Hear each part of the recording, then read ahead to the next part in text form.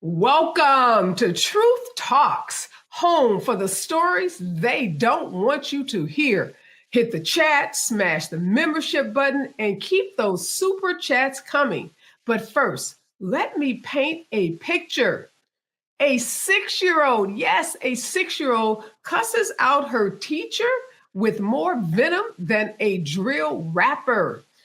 A 10-year-old is throwing hands with a grown man on TikTok Live while his friends, get this, cheer him on. And then there is a 4-year-old who is unleashing hell in Target. Now, he's not alone because mom is there, but she is too busy perfecting her selfies. And then a 15-year-old walks into school with a gun. Yes. And sadly, and I must say very, very sadly, executes his classmates. Now, here's the question we're asking today. It's really about society. Are we too scared? Are we too scared to ask the role of parents? And should parents be punished? Should they be held accountable for the actions of these kids? Because let's be real, in 2025, parenting can feel like damage control. And tonight, no apologies, no tap dancing around the truth. Let's talk, because truth talks on. Right here, y'all, YouTube, check us out at Truth Talks Live. We are starting right now.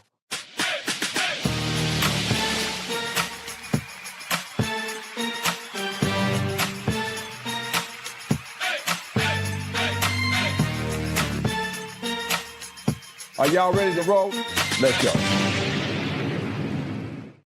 Welcome to Truth Talks. That was one of the legal legends, Areva Martin. Welcome back to the show. Great to have you again. Always my pleasure to be here with my amazing co-host. Well, some of them are amazing. Let's not get too far ahead of ourselves. Speaking of amazing, Frank Ski, the name in Atlanta DJing, the name in Atlanta radio. I was on his show once. Fantastic, brother. Welcome to the show. Thank you very much. I'm honored to be here. Come on, man. This is going to be great. I can't wait to talk my truth. Hell yeah. And Cheyenne Bryant. Please don't. You do not have to introduce me. I can introduce myself. What's up, Truth Avengers? It's your favorite doc, Dr. Cheyenne Bryant.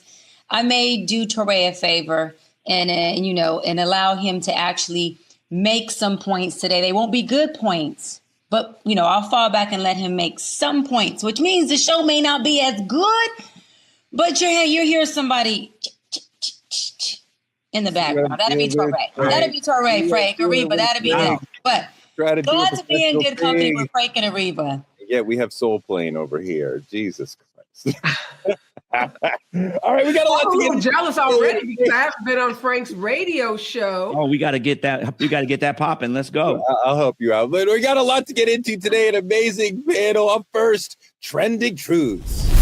What's up, Truth fam? It's your girl, Cheyenne. And yes, season 2 of True Talks is here, and we are turning up even higher. Yo, it's your man, Toure, the newest co-host on the set, and I'm bringing heart, heat, and hard truth every night. And we are keeping it all the way fire. Ain't no filters, ain't no fluff, just straight facts. Y'all know how we do. So stop scrolling and pull up to our YouTube at Truth Talks-Live.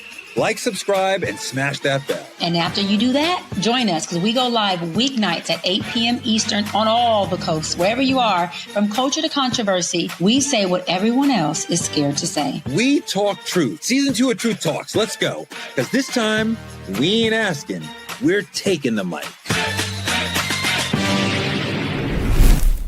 All right, let's get into trending truth. Gucci Mane's wife, Keyshia says, Gooch doesn't have to do anything but shower and make music because she wants to take care of everything else for her husband. Take a look. Only thing Gucci got to do is shower. He don't got to do nothing else. I do everything for that man, but not because I have to do it. I want to. I enjoy taking care of him. I enjoy him just being happy and going to the studio and doing music. I don't want him to worry about the bills worry about what he got to eat, worry about nothing. That man, all he got to do is bathe, child, and go do his shows and go to the studio. That is it. The wife takes care of everything else, and I love doing it. And if I don't do it, I would be miserable. Why do you think you'd be miserable? Because I want to take care of my man. I don't want nobody else to do it. I want you to pay so-and-so to do this. A chef, I cook for him. I buy his clothes. I do everything. Yes. I invest. I do great investments. The thing is, when you have a man, you want that man to need you, not want you. And Gucci needs me. He can't function without me, and that's what you want in a relationship. As Lil Wayne says, shout out my nigga Gucci. Kaor and Gucci have been together since 2010. When he got incarcerated, she took $2 million that he gave her. She turned it into $6 million through her businesses, cosmetics, fitness. And when he got released, she gave it back to him. And then they got married in 2017. But while he's away, she's holding him down. She's being loyal. She's taking care of the family and raising his bank account, raising their bank account. That's why you get married, because she's a super keeper. Doc, is this submission or is this strength? I think it's both. Listen, this man gave her $2 million that set her and those kids up for life. When a man does something of that magnitude, I think that he deserves everything Keyshia, Kior said and more. And I agree with her when she says, hey, look, if I didn't do it, I'd be miserable. I mean, some women, that is the way that they show love. And I for me, I think submission is a strength. And I think it is a love language for many women. I 100% agree with Keyshia. I love them as a couple. I love their story. Love that Gucci set her up and did the providing in the provision thing. And then he got out of prison and, hey, he had a whole, red carpet laid out for him, as he should. Frank, she's running businesses. Your wife's a doctor. So you're probably not getting the same level of taking care of everything. But right. What do you think about this setup? I think the one thing that Cheyenne said that's important is that he deserves. Why is it all of a sudden a man has to do something like that to get what he's supposed to get because he's the husband? Why does he have to earn that type of behavior? And when I posted this on my social, a lot of women said, if my man did me like that, I would give him that. And I think we've kind of lost our way when we're qualifying what love and marriage is supposed to be. So evidently, if your man worked at Taco Bell, you're not going to give him that type of treatment. I mean, Frank, we are judged on how we provide. That's my point. That's my point. Women, then, and I mean, I can understand if I can provide you $1 million lifestyle, you have time and energy to be doing all this stuff for me. If you got to go out and work or, bend over backwards to take care of us, how can I be doing all this taking care of you? I think that the thing is, that's part of it. The other part is, I'm sure Keyshia Kaor understands she is leaving no room for any side chick to have any means to get close to that man whatsoever. That's the other part that nobody's talking about. She's making sure nobody else can get in to even give a little piece to become the side chick, because she's handling everything. That's not how that game works at all. That is about greed. That is about a man wanting to have all the toys. Areva, no matter how great that woman treats him, he still may or may not run off and do something on the side. It's about greed, but it's not about treating. It's not about treating. It's about covering the bases. A side chick will find an avenue to get her little thing in there to get noticed, and that's not happening. No side. Hold on, Areva. No side chick gonna come in unless he brings her in. But Areva, what does it take for a man to get a woman to give him this sort of treatment? Because I think part of what Frank's getting at, if he works at Taco Bell or what have you, honorable job, but he's not taking care of her the way that Gucci Mane could take care of his wife. Is she going to be willing to take care of him in this way? Well, I've been sitting on my hands, Toure. Let me just address a couple of things that were said. First of all, all power to Keyshia, no hate, but that ain't how, I'm raising my daughters to be in a relationship with men. So, everybody do what they do best and how they want to present themselves in this world, be, their authentic selves. But that ain't, What's wrong with that? It ain't nothing wrong with what Keyshia, not the way I'm doing it. It's not the way I'm teaching my daughters to do it. And this whole point about a side chick, a man will have a side chick no matter what a woman does for him. So Keyshia can cook, clean, buy his clothes, wipe his butt, birth him, and bathe him and do whatever. And he still could go out and get a side chick. So this has nothing to do with what Keyshia does for him. This has to do with the character of Gucci or any other man. And Keyshia says she wants her man to need her. Look, I'm a mother at 3 kids. I don't want a grown-ass man to need me. I want a grown-ass man to want me, because that's the kind of relationship I want to be in. And that's the kind of relationship I want my daughters to be in. Kids need their parents. Grown people should want to be in a relationship. It shouldn't be a dependency. We know that dependency can turn into something toxic as well. So again, I'm not going to hate on Keyshia and Gucci. If it works for them, more power to them. But we've seen this all too often where women give 110%. They cook, they clean, they do all that work, and a man still walks away, cheats on them, and does all kinds of other, horrible stuff to them. So cooking the food ain't going to keep your man there. Should a wife not be doing lots of things like this for her husband? They should do it if that's what they choose to do in their relationship. But what is the man doing for the wife? It's not a one-way street. Relationships are reciprocal. So what is the man doing for the woman? It shouldn't be just about the chores, the household chores. Look, if we got money and we ball, and get a damn maid, get a housekeeper. I got stuff to do too. I have dreams to fulfill. I don't know if I want to just be tied to a stove. Some women, they want to do that. This whole trad wife movement, we've seen that on social media, where a lot of women want to go back to the 50s and, be that homemaker, but a lot of women don't. I find it interesting that as soon as we start talking about the wife doing for the husband, you gave that like half a sentence and you're like, well, what's he doing for me? Like, clearly she's getting whatever she wants from the situation. And I don't want a trad wife, right? I don't know that that's fulfilling for a lot of women, but I think giving back to the husband and giving him things and acts of service for him, that's very valuable and interesting. I don't know why you're like, I trained my daughters to not do that. Like, why would you not?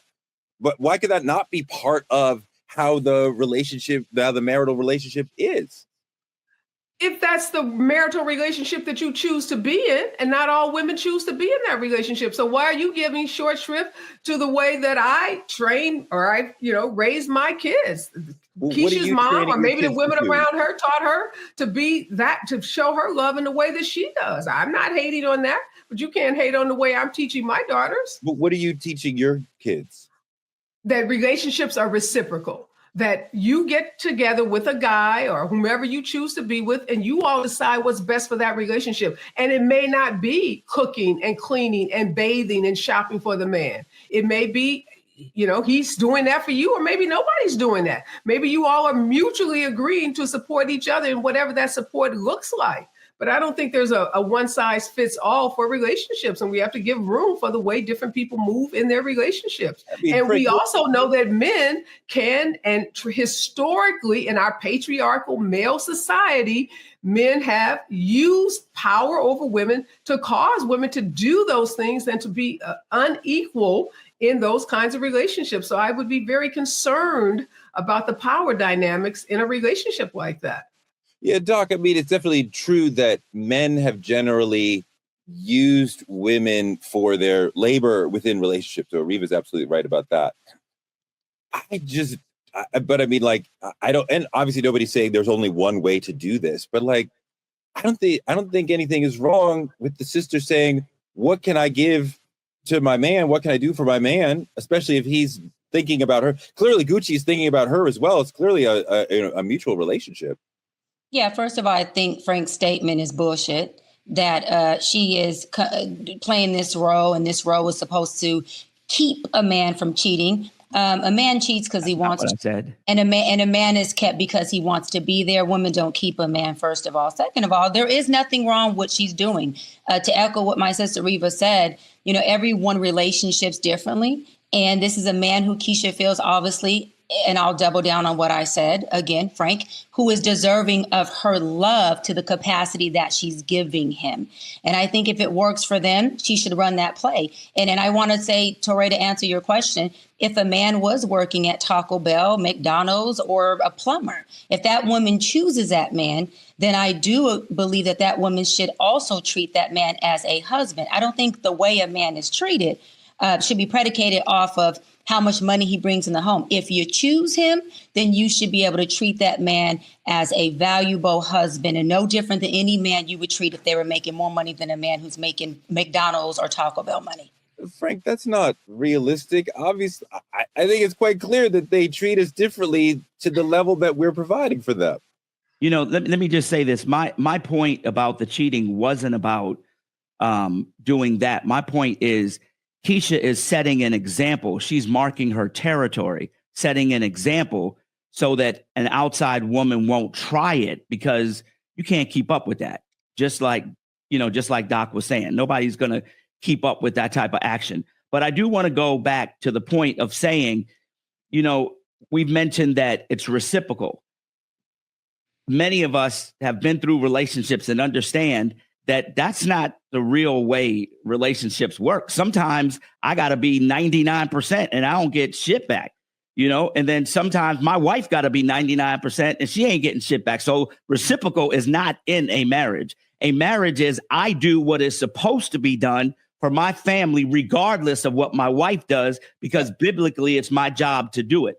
I don't have to do it because of anything else. The fact that I love her and I want to shower her and I want to do that for her, and she has to do the same for me. The problem is people go through divorce, and right when they're in counseling, they'll say, I did this, I did that. And the other person's like, that ain't my love language, so it don't matter. So if the point is what you do is not what matters, it's making sure you have the conversation and you do what feels good for your relationship.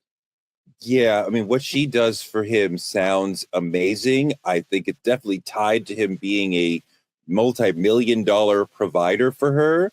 But I mean, like, I want to give to my wife what I think is right. If I'm cleaning up the kitchen every night, even though I didn't make or have dinner at home that night, that's me giving to her. And I'm not going to say, well, you do it tomorrow. There's no 50-50 in marriage. Generally, it's good. The woman's going to do most of the work. So, I mean, like, to what Areva's saying, the man should be trying to do as much as he can for her beyond just providing. But I definitely love to see a sister thinking about what can I do to take care of my man. But it's been a wild week in politics. Let's move on and talk about an Obama clapback up next in politicking. What's up, Truth Fam? It's official. We just made this whole channel a movement. Truth Talks YouTube memberships are live with 3 exclusive tiers. Now, for the realists, Tier 1 is for our truth tellers, the frontline team, the day one, spreading the truth, repping the brand, making noise in the comments. You can even get early access to our viral videos. Now, Tier 2 is what we call our receipt holders. They keep the proof, get the bonus tea, and never miss a lie. You get all the Tier 1 perks, a live shout out from me on the show, plus a discount on all of your truth gear in the Truth Talk store. Then there's Tier 3, our Truth Keepers VIP, the elite squad, with all the perks, a direct line to host meet and greets, private video shout outs from our celebrity guests to post on social, and exclusive unfiltered tea.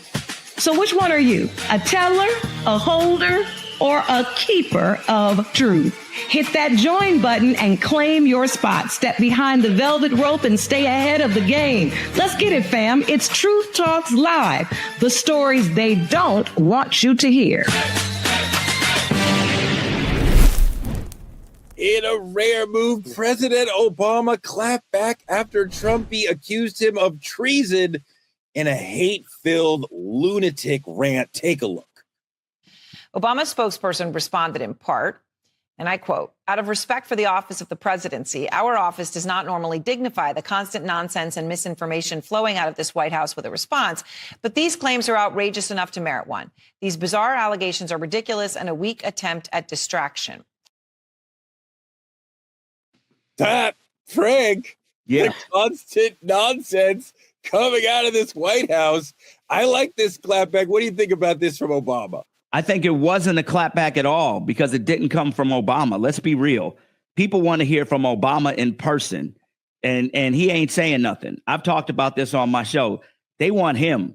They don't want his office. The office. Come on, stop it. This is him. This is him talking. This is a way of him talking. This comes from him. That don't come from him. When he ran and whatever, he didn't make statements from the office. He got on there and said it himself. The bottom line is people want him to speak. He don't want to do it no more. I get it. But at the end of the day, this isn't the political world we're in right now.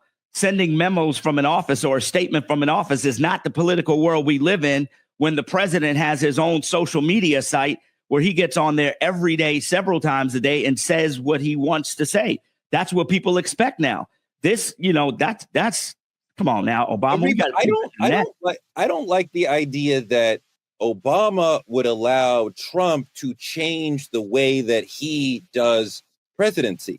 He is dignified. He understands the way that this game is supposed to be played. This is the way that Obama responds to an attack on Obama. This is not Obama talking about Trump is leading us in a dictatorship, that Trump is leading us off the edge. This is him defending himself, and he's doing it in a dignified way that a president is supposed to do it. Well, I think the problem is, I think the problem is that Donald Trump has redefined what the presidency is. And Toure, the way Obama responded, you're right, is Obama-esque. It's the way Obama has moved about the world and moved about, in his political career. But we are in a different moment.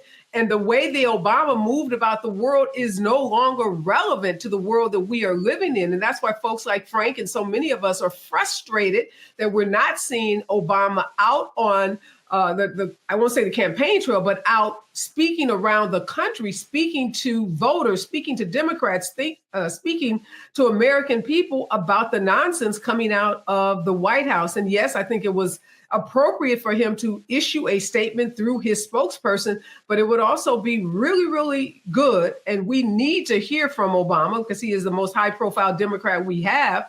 To reassure us that we can get back to this country to something that looks like a country where folks' rights are protected and not trampled on. So a good first start. I'm going to give him a C for effort, but I'm going to say step it up.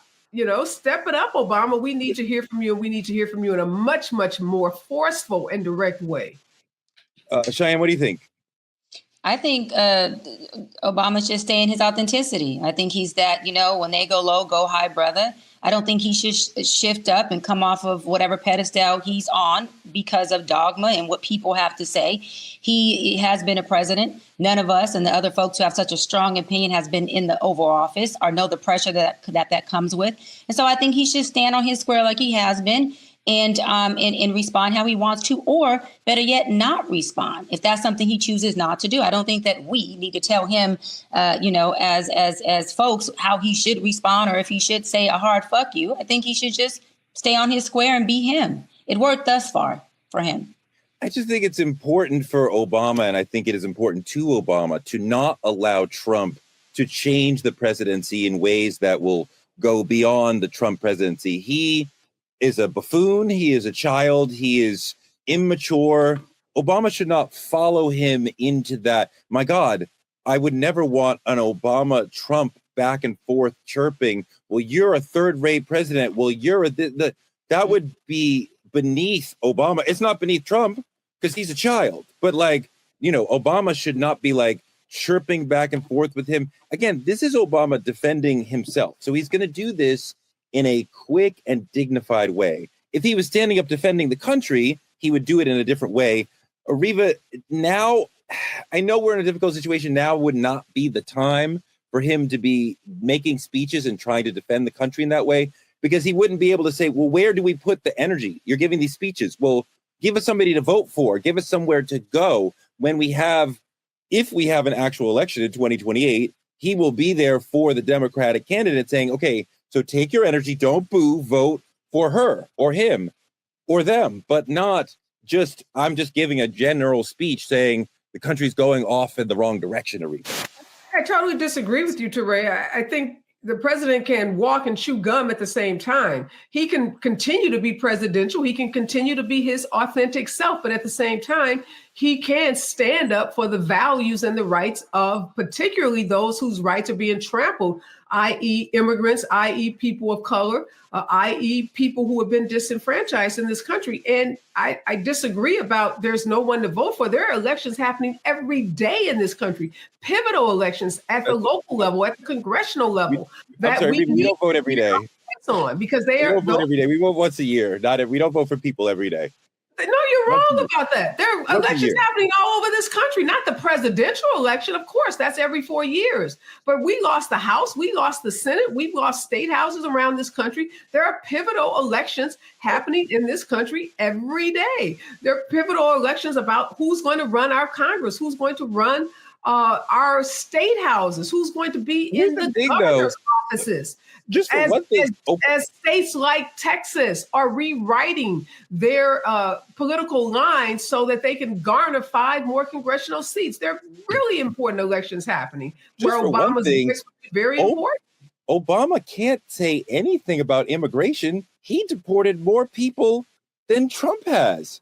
I mean, like, he's got blood on his hands around immigration as well. So just on that specific issue, he would have no position to speak up in favor of immigrants when we called you the deporter in chief. I mean, like, we love him personally, but there are some political issues that he cannot weigh in on. And he understands also that the bully pulpit of the ex-presidency is very limited. He could give one major speech in a 2025 context. He can't keep giving speeches and speeches and speeches. He will be diminishing his own power and the power of the presidency with it.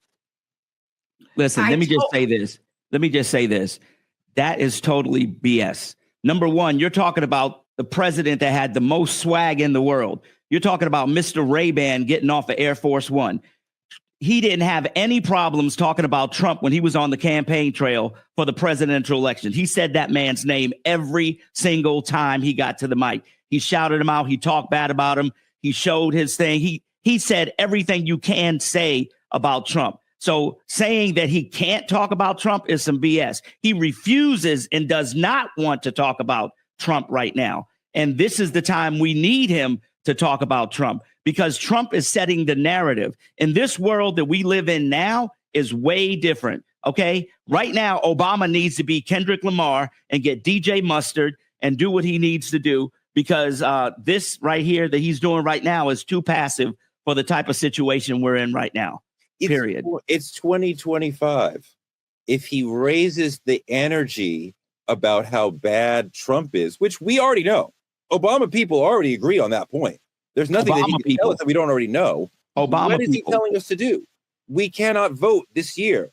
There's not a major election this year. Please stop with that. We can't vote. You're wrong about that. There are critical local elections that are taking place. Please stop saying we can't vote, because people should be voting. Yeah. There are really important elections happening around this country. No, I understand there are critical elections happening in November, not every day, but Obama would see next year is a major midterm, secondary tier, right? We're still 2 years, 3 years now away from a presidential election. So Obama's going to be thinking about something bigger. If there's a specific candidate that he could get behind, he would. He doesn't usually get behind specific candidates. He certainly doesn't usually get behind specific Congress people. With all due respect, it's not about getting behind the candidate. It's about setting the stage for what's about to happen. It's the example is Donald Trump talks about Joe Biden. He always says, Sleepy Joe, Sleepy Joe, Sleepy Joe. He is very disrespectful. When he talks about Obama, it's Barack Hussein. It's Barack Hussein. We need to start talking about Trump like the convicted felon. Like, you need to go back and forth. This is a different time in 2025. Wait a minute. Dems do that, right? Democrats do that. I mean, Democrats could not be any angrier or think less of Trump. I don't want Dems to become Republicans in blue. I don't need Obama out here talking about he's convicted. Like, we know this. I don't understand what you're saying. We're adding to the discord that's not already there. We Perception is reality. Bash Trump constantly. Do we need Obama? No. to be the Perception constant is reality. player in chief? We live in a world now where social media is setting the perception. Nobody understands what's right or wrong. What people understand is what they hear the most. And the Trump machine pushes their narrative.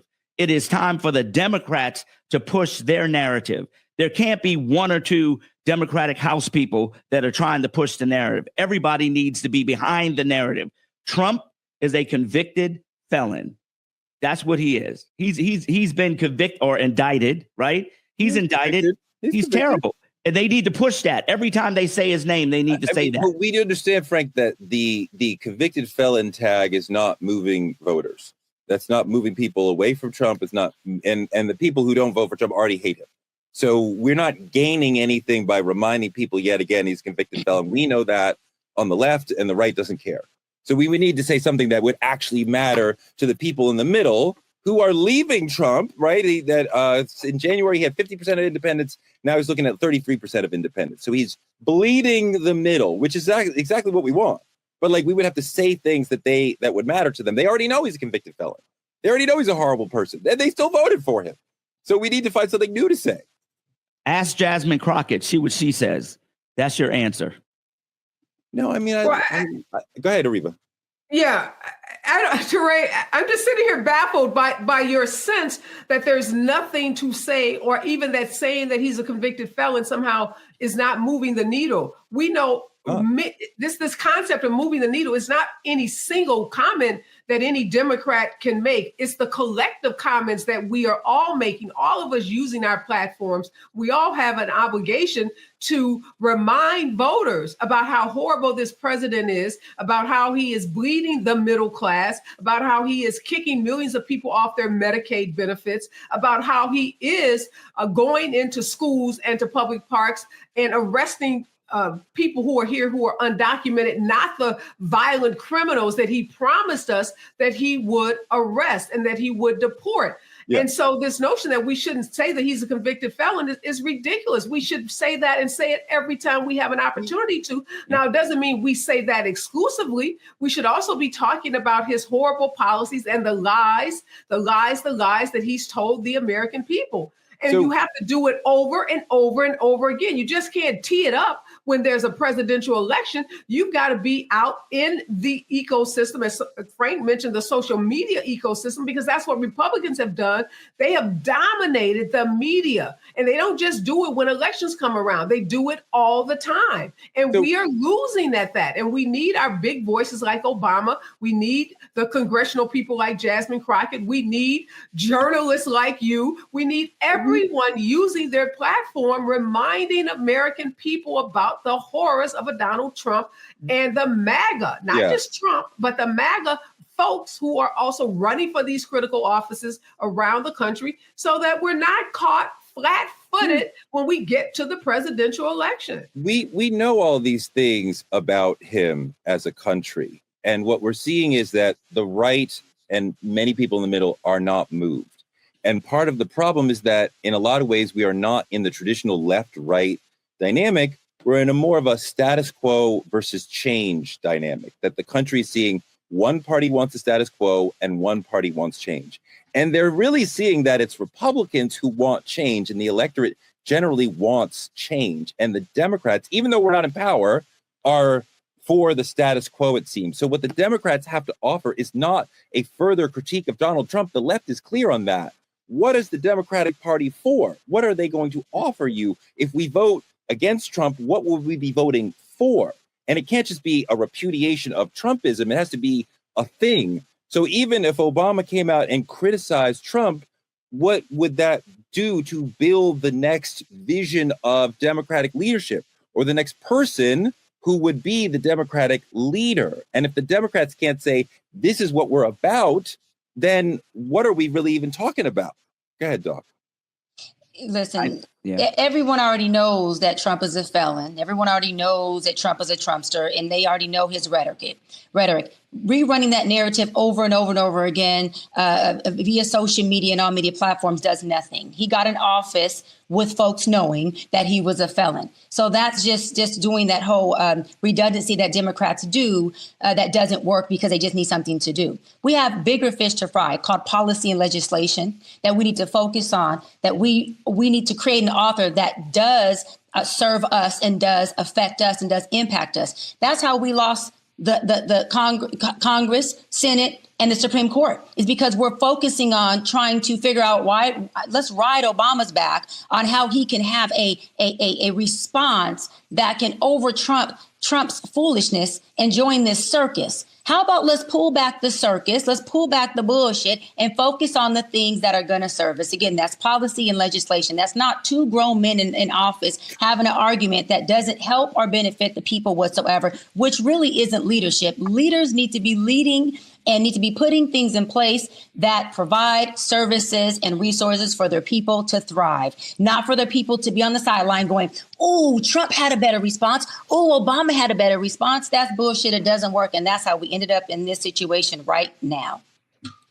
Yeah, I mean, I think that Obama is definitely part of why we are here, that when Democrats said we want a progressive like Bernie Sanders, Obama was part of the group that put his finger on the scale and said, no, we're going to have Joe Biden. He's moderate. He can win. Well, he won once, but we are here now because Obama made the Biden candidacy happen. And now look where we are. Let's move on to our next subject. Should parents of kids who commit crimes also be punished?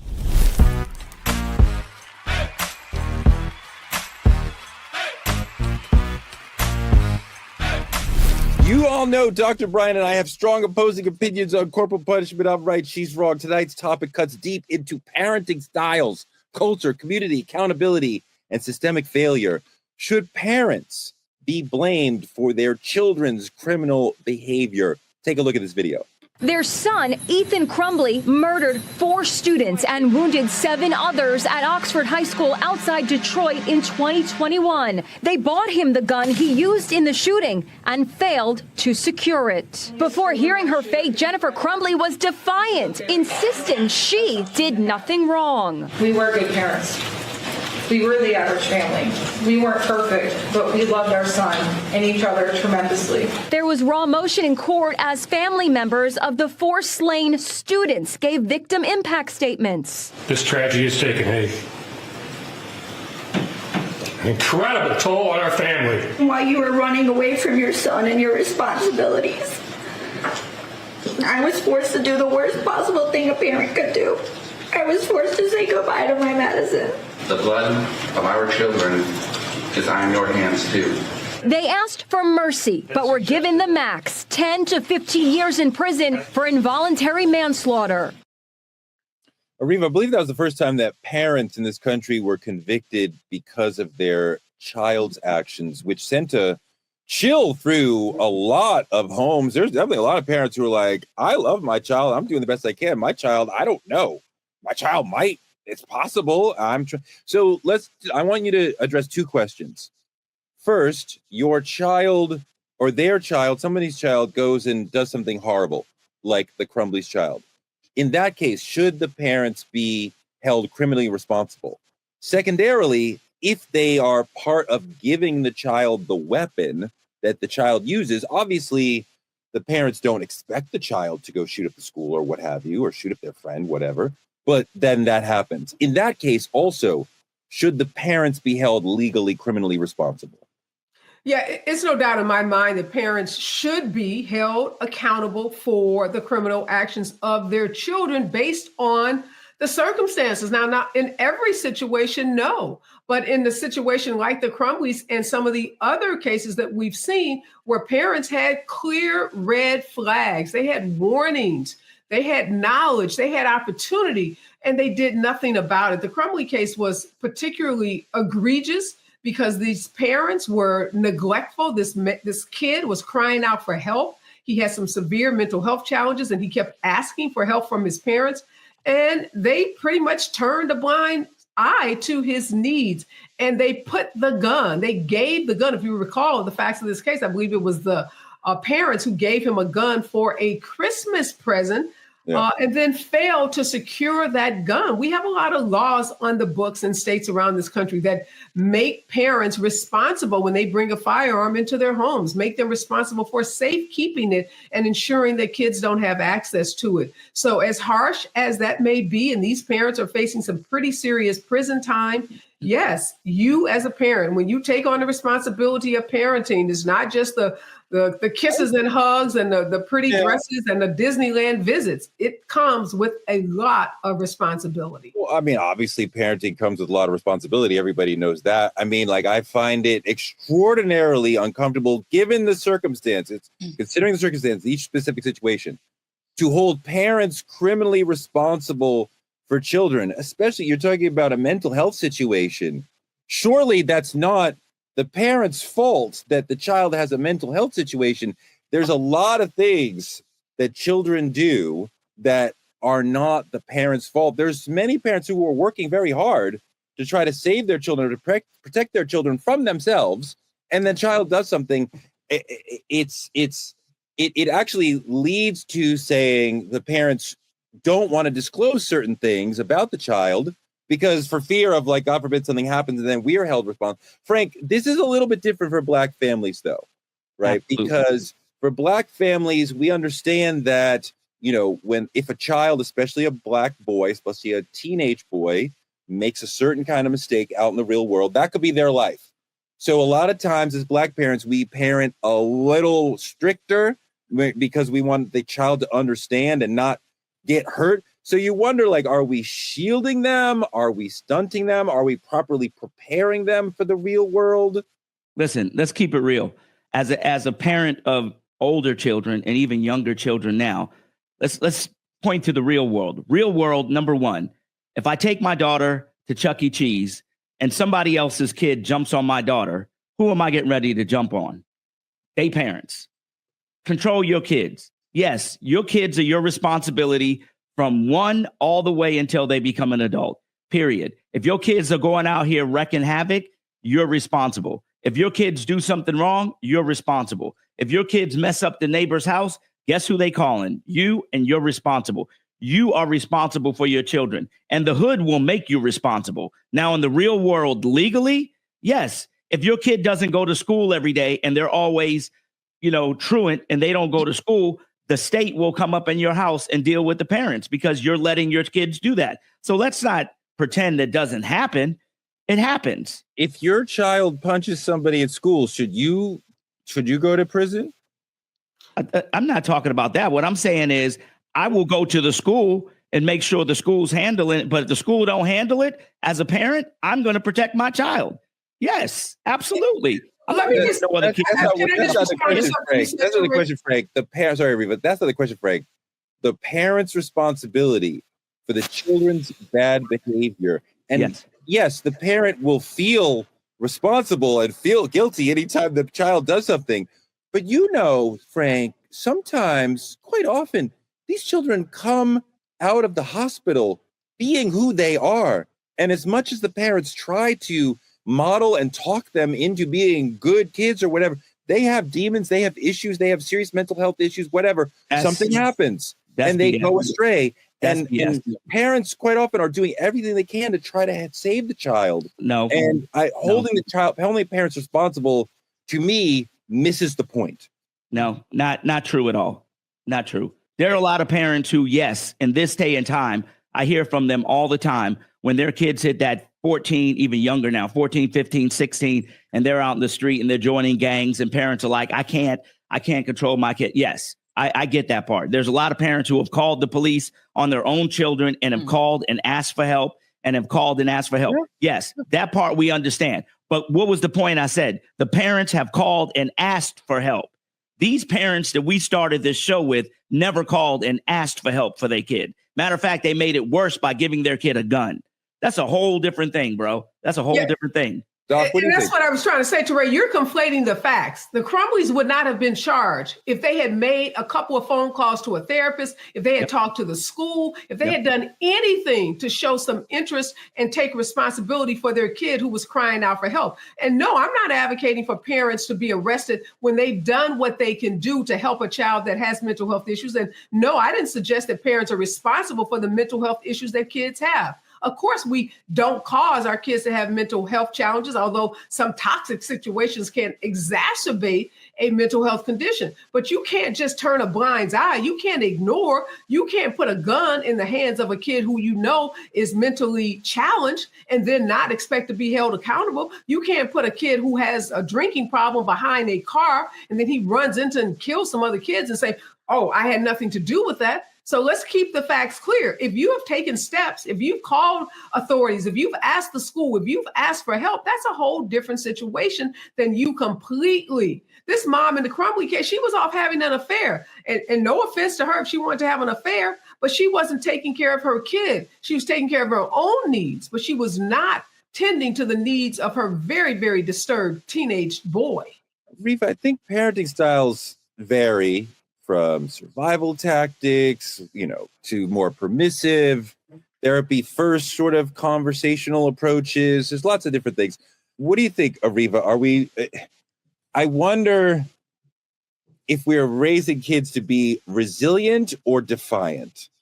I think we're raising kids to be resilient. And I think different parenting styles are appropriate. You can't parent all children the same way, even within a family where you have multiple kids. One style, being a tough disciplinarian, may work on one of your kids. That other kid may go ballistic and rebel against that parenting style. So it's incumbent upon parents to understand each of their children and then to parent that child in a way that is going to lead to the best outcomes for that child.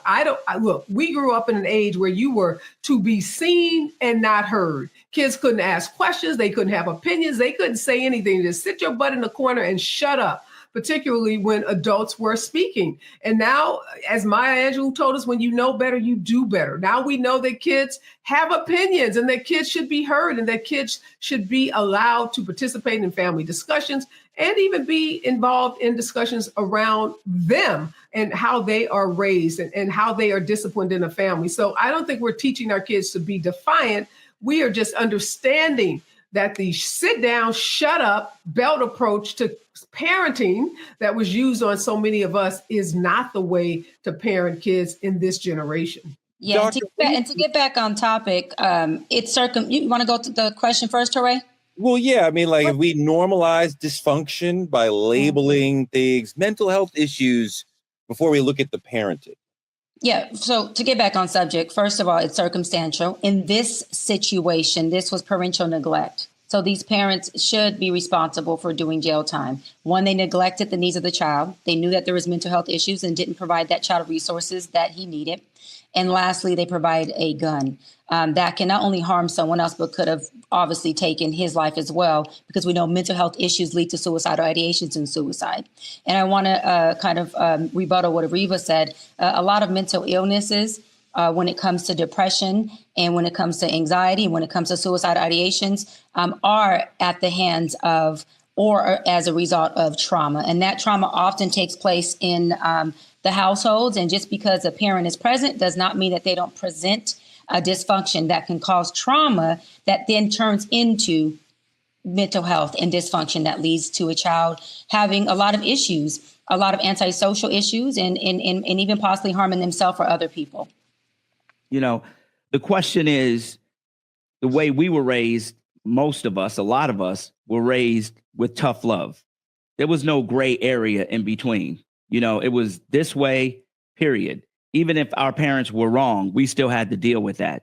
Yeah. So we're a different type of generation than this generation that gets to negotiate. My 6-year-old is learning to negotiate when she wants something. And I get on my wife. I'm like, why are you even listening to her? She's 6. Pick a side and go with it. You get what I'm saying? And I think the problem that we have in this generation now is there's too much. These kids have too much freedom and too many rights. First of all, you don't have no rights until you get out my house. You got no rights. No. You got no rights until you leave my house. Period. No. I give you rights. I give you rights when I think you are ready for the rights, and you got to prove worthy of those rights. When you're outside in the street acting up or doing the wrong thing, you get no rights. When you're bringing home bad grades, you get no rights. You get what I'm saying? When you're not doing what our standard is, you get no rights. And that's where we've messed up. We've given these kids too much too soon and too fast. First of all, I don't think a kid under 18, this is just me in my house, I don't think a kid under 18 should have a gun, period, or even access to it. Of course, for sure. We're in a different culture around gun culture, both of us. I'm not talking about hunting. I'm talking about a handgun. Like if you go out hunting with your father, I get it, and your father keeps it. But they gave this kid a handgun. When did he earn the right in his own house to have a handgun? I understand the value of saying, hey, you're not getting good grades. You're whatever's happening outside. Fine. But I think it's really important. I think what your wife is doing as far as the negotiating with the 6-year-old is really valuable, because I think it's really important to teach the children from the youngest age. Your thoughts matter, your feelings matter, your opinion matters. You have the right to express your opinion politely, and obviously the parent is going to make the last decision. But as a parent, we should be trying to say yes as much as possible. We should be trying to affirm the child's own sense of what they should do or what they want to do. Because the minute decision of whether we should go left or right, tie our shoes or not in this situation is less important than teaching the child, listen to your own voice. Have enough self-esteem to believe that you are right, that you can solve your problem. So when they are away from you, they will have a sense of esteem and confidence in their own belief system and their own decision-making capacity in themselves. That is the most powerful gift that we can give to our children. And Areva, sometimes, we see children going through tantrums in public, and you say, maybe it's autism, maybe it's sensory overload. We don't know what that child is going through. If your neurotypical 5-year-old is out of control, and I don't know what out of control means, because the child is dealing with a mind that is not serving the body. That's not their fault. But then people might say, well, what's going to happen when that child gets to be 10? Well, they'll still be neurotypical. So they'll still be dealing with a mind that is not serving the body. So they will still need medication and perhaps therapy to help the mind meet the body. So, still that child may end up having a run-in with somebody, who's the brother in Denver, Elijah McClain, neurotypical, neuroatypical, and, got killed, murdered by the police. So what do we do for our children who are neuroatypical and we want to protect them from themselves? How do we do it? Wow, it's a big question, and it depends. I mean, there's no one size fits all to this approach to parenting, whether your kid is typical or whether your kid is neurodivergent. You've got to learn what your kid is going to respond to. And Frank, with all due respect, I hear what you're saying. Many of us were raised in households like yours where you had no rights until you were 18. There was no negotiating. But look, a lot of folks who grew up in those homes are sitting in jail cells today. A lot of folks who grew up in those homes with all of that strict discipline have engaged in violent conduct, has engaged in all kinds of conduct. So just by being a strict disciplinarian doesn't guarantee that your child is going to be an active and productive member of society. So a lot of that tough love that we all got turned out to be really, really bad, and taught us many of us to be violent, and taught us to just replicate what we saw in the household. So Toure, again, to your question, this is all about, painting by the numbers, but recognizing that the numbers are different for each child. And if you are just using a one size fits all approach to parenting, you are getting it wrong, plain and simply. Yes. I don't think being tough doesn't mean love. Of course. You got to have structure. What kids lack today is the structure. And the problem is, you got to give them the structure, and they have to act within the structure. When they go outside of the structure, that's when the tough love came in, because you knew better. You knew this wasn't the way to act. When you keep the right structure in your home and everybody understands what the rules are, you're better off. The problem is there's a lot of kids that the rules change every day. The rules change. Oh, you can't watch TV. You can't watch your tablet. Oh, you can't have a cell phone. You can't do this. Oh, mom wants to go out. So now that your parents are going out, now you can have your tablet, even though you're not supposed to have your tablet. You know what I'm saying? Or you're right. Your kid can't have a tablet, but when you go to the restaurant, we're going to give you a tablet. So what is it? This is what causes the confusion among kids because they don't have the structure. How many kids you got, Frank? 5.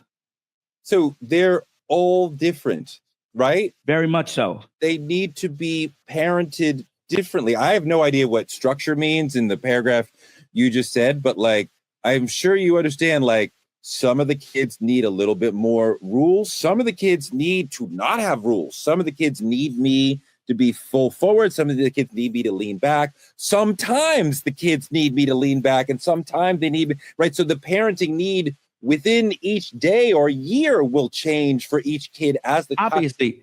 Like, I don't know what structure means, and I feel like generally we need to be like water flowing with what does the child need, rather than imposing some structure that the child needs to fall into, which the child may not be able to do that.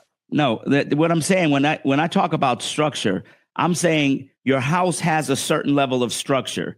You get up at a certain time, you have breakfast at a certain time, you're out the door at a certain time, you come home at a certain time, you have dinner at a certain time, you do your homework at a certain time. You have this space between this space and this space is your free time. This is, you got your free time. What happens is when a child has no structure and they're just left on their own, that's when you have problems come in, and every child can benefit from that. I don't know any situation where a child has no rules. What you just said, I have no idea, but every child has rules. There's some child that have different rules, but every child needs to have a set of rules. Even children that have certain mental disabilities, as a parent, you know better than to put that child in a certain situation that they can't deal with. You get what I'm saying? I'm not going to put my child that has issues in a situation that I know doesn't benefit him and he can't deal with it just because it's a situation for another child. That's all. Areva, I want to think about the parenting responsibility when somebody goes astray. And I think that generally we create laws for a reason.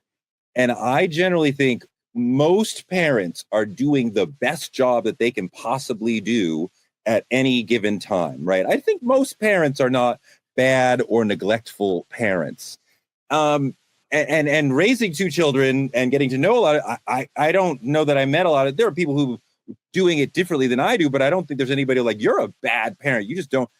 So if we were to criminalize parents' behavior as far as like, if your child does X, then the parent has this penalty coming, do you think that would, adding that layer of responsibility legally, do you think that would make people parent better? Do you think that would make people parent differently? Do you really think that parents would be saying, well, we can't do that because we would end up in jail, as if parents aren't already thinking, if my child ends up in jail, I am the worst parent ever? Well, first of all, I disagree with you, Toure, that most parents are great parents. Obviously, I'd like to think that most parents love their children and are doing the best that they can.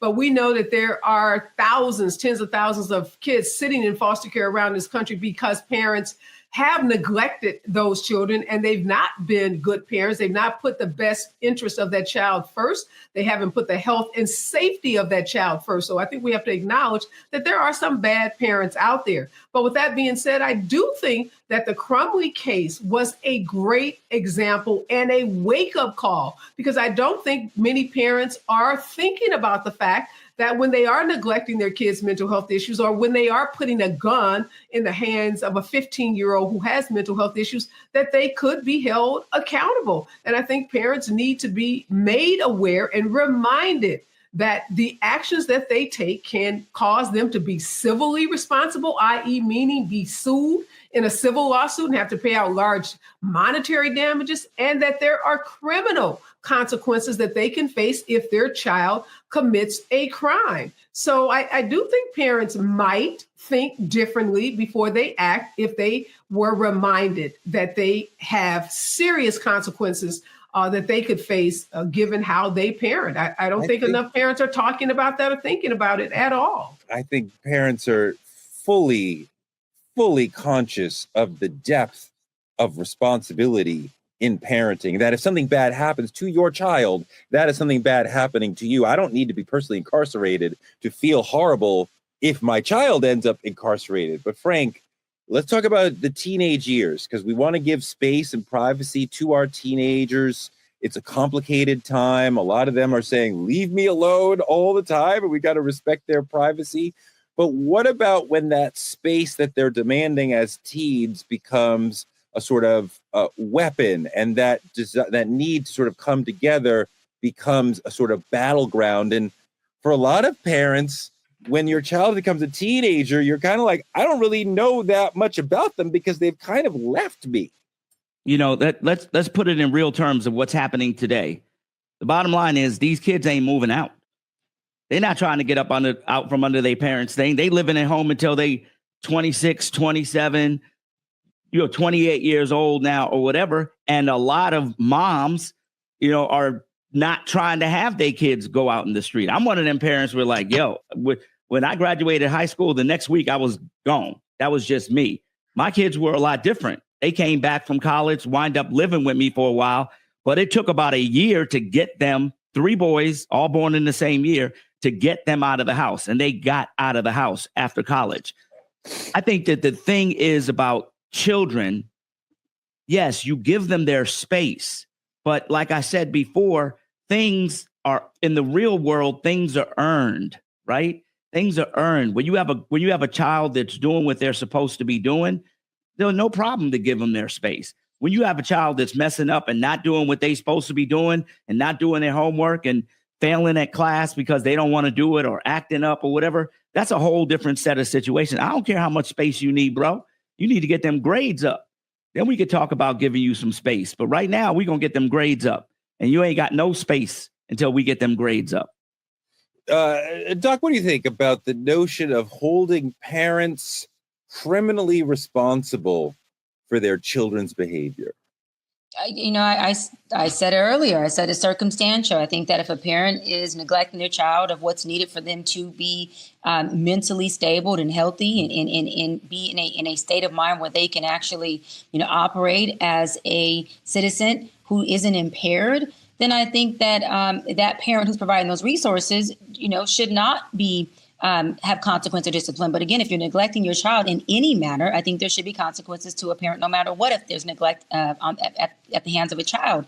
But y'all know how I feel. I feel gentle parenting makes for a child. I think that there are rules and in their structure, and there's a thing called boundaries, and boundaries have been proven to create healthy relationships, not just between people, but for that person within themselves. And if we raise kids with no boundaries and no structure and discipline, they go out into the world and they don't understand that, and they end up being in battles, and they end up actually having a lot of issues with law enforcement. They end up being the child that's disruptive in school and class because they don't understand that the world doesn't revolve around them. There's a big world that they are able to participate in, but they cannot be the center of attention to everything. And so I'll end on saying that what I do agree with is that every child is different, and that every child may not necessarily need the same level of discipline, but every child does need structure and discipline in order for that child to grow up and be an adult who understands that this is the law of the land, this is how life works. And successful people, not just only externally, but internally, what they do carry at the nucleus of who they are is discipline and boundaries. We always ask, when should a parent be held responsible for their children's behavior, whether it's at school, tantrum in Walmart, whatever? Let's flip the lens. There's a difference between the parent mourning a child lost to violence and the one silently praying because their child pulled the trigger. One gets sympathy, the other gets silence, but both carry a pain the world rarely understands. So tonight, the part we never talk about, ask yourself, not as a spectator, but as a parent of a child who took a life, how should society treat that parent? Should the law hold them accountable or let them live with the weight in silence? Would you deserve compassion or a conviction or a bunch of I told you so's? It's a tough one, but that's what we do on Truth Talks. Hit us in the comments and let us know how you feel. That's all we have for tonight. Thank you for Bring the Funk family for welcoming the Truth Tellers to the channel. This is our last week on Roland Martin Unfiltered. To continue to see the show and support Black media, subscribe to our YouTube channel at TruthTalks-Live, where you can catch us every night at 8 p.m. EST and at 11 p.m. EST. Support Black media at CashApp's Truth Talks Live or on any of the links on your screen. Get your Truth Talks membership today. Click here on the screen and you can choose from 3 different exciting tiers. Black media is under attack and this show is being shadow banned. So support us by telling a friend to tell a friend to check us out every night at 8 p.m. See you next time on our channel. Good night, y'all.